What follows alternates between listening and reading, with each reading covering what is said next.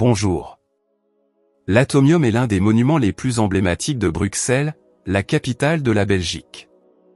Il a été érigé à l'occasion de l'Exposition universelle de 1958, également connue sous le nom d'Expo 58, qui avait pour thème l'atomium, symbole de la paix et du progrès. Conçu par l'ingénieur André Waterquin et les architectes André et Jean Pollack, l'atomium représente un cristal de fer agrandi 165 milliards de fois, symbolisant ainsi la vision optimiste de l'ère atomique naissante et de l'importance de la science dans le progrès humain. La structure audacieuse de l'atomium se compose de 9 sphères métalliques reliées par des tubes inclinés. Ces sphères sont disposées de manière à former la structure d'un atome de fer agrandi. Chacune des 9 sphères est composée de 13 triangles équatoriaux, créant une structure complexe et fascinante.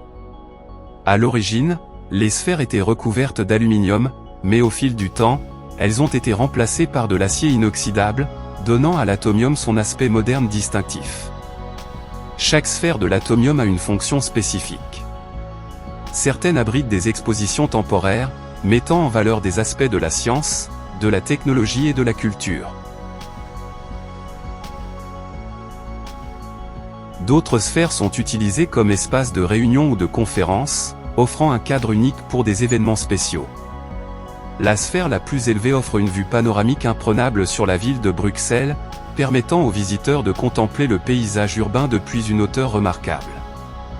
L'atomium est devenu au fil des années un symbole emblématique de Bruxelles et un site touristique incontournable. Son design novateur et son histoire liée à l'exposition universelle en font un rappel tangible des espoirs et des aspirations de l'époque. Au-delà de sa signification historique, l'atomium demeure une œuvre architecturale impressionnante, témoignant de la créativité et de l'ingéniosité humaine.